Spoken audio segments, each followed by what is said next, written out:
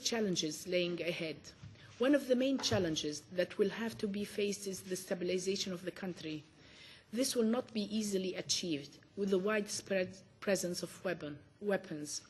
Rebuilding a respected and credible army and security forces capable of securing Libyans' well-being will persuade or force the various armed militias around the country to disarm and join together under a unified leadership. The army would give the militia fighters a choice whether to join the defense or police forces or give up their weapons and return to civilian life. The process of reconciliation is another crucial element for the stability of the country. The heir of the tyrant left many wounds, but it's time to patch up these wounds and open a new chapter. I'm optimistic that such an objective is achievable. There is no doubt that the process is going to be long and hard. However, there is a great awareness among the Libyan people of the risks the country might face if reconciliation is not achieved. Strong and efficient judicial system is a prerequisite, as true reconciliation cannot be achieved without justice. Our population is small, and without strong divisions on the basis of tribal affiliations due to the bonds of intermarriage connecting them that should facilitate the process. Women empowerment and gender equality are a major challenge in building up a democratic country. The number of women at Libyan schools and universities are greater than the number of males. We have female academics, judges, lawyers, and doctors. The dean of the dental faculty where I work is a female. 40% of the academic staff, as well as the head of departments in my place, are females at the dental faculty. This offers a promising status for the women working force, but this does not show the average percentage of women working force at other places, but gives a sign that it can happen.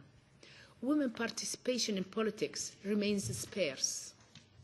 Before the 17th of February, Libyan politics was not an open field for women. This was greatly due to some political, personal, and cultural restrictions that had evolved during the Gaddafi's regime. At the present, the number of women in the NTC is only around 4%.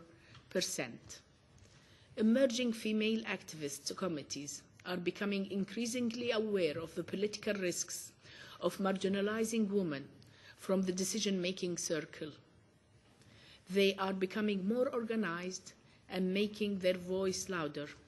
Women have to make sure that the new constitution will enshrine women's rights.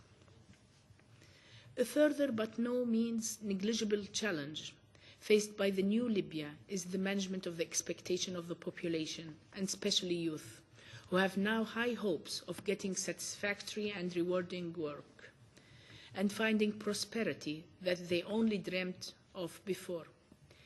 Gaddafi's economic policies resulted in an unemployment rate that is estimated to be around 30%. No one really knows, since the regime had a habit of distorting and fudging statistics to serve its own purposes. Libya's youth has sacrificed life and limb to overturn this regime that has denied them a decent living in a very rich country. And now they rightly expect it is their time to get their reward, which is to get what young people everywhere in the world expect: a decent job, paying a decent wage, and providing a hope to be able to make a family and a home in a foreseeable future. It will be, of course, impossible to realize all that overnight or even in a period of months, but action must be taken fast, and people must see light at the end of the tunnel very soon. In conclusion, Libya needs a Marshall Plan, except that the funding will be Libyan provided. Libya will need sound and interested advice from its friends on how to go about rebuilding the country to achieve the goals of the revolution. Libya is a country that never had political freedom, never had different political parties. We had one ruler, one dictator, one thinking, one constitution, the Green Book of Gaddafi.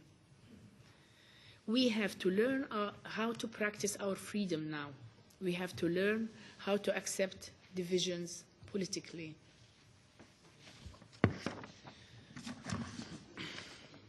The declaration of the new cabinet in Libya, aiming at steering the country towards democracy and dealing with the most pressing problems, gave us hope in a better future, and that there will be no damaging political vacuum due to the collapse of old regime. A further aim is to ensure the necessary political stability and social harmony, to work towards selecting the National Assembly that would represent all segments of the Libyan society and writing the new constitution. The European Union can play a vital role in supporting the transitional phase and the election process to reach a true democracy and the rule of law. The role of the West is vital and essential for the success of the emerging democracies in the Middle East and especially in Libya.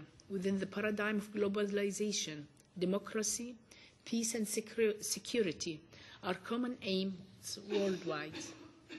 The experience of the European Union members in Libya's transition can be a role model in building up a sound relationship between the developing countries and the West, built on equality, mutual interests, and human rights. I would like also to add my personal experience to that, if I have time. Yes, please. Of course, we Libyans, as I mentioned before, were completely disengaged in general from politics, and this because we knew at that time that it doesn't matter what we think, what we feel, what we suffer. But politics is day-to-day life, and when I returned from outside, after getting the scholarship from my country, me and others, we found that it is our obligations and our duty to be in the front line and to make a difference. In my faculty, I could see the young generation who had all the potential to be the best in the world, deprived of their basic need of having decent place to stay, decent education because of the flooding number of students, which was the easy answer from the regime to the increasing number of youth. They knew at that time that they have no hope in the future. They can't get places to work. I remember 2 days before the revolution, the 15th of February, I was sitting with my friends, and I was really desperate at that time, and I couldn't see any light at the end of the channel. And I told them that maybe one day I'll just burn myself in front of this faculty, like Bouazizi did. But maybe we found better solution to protests. And at that time, we didn't know the strength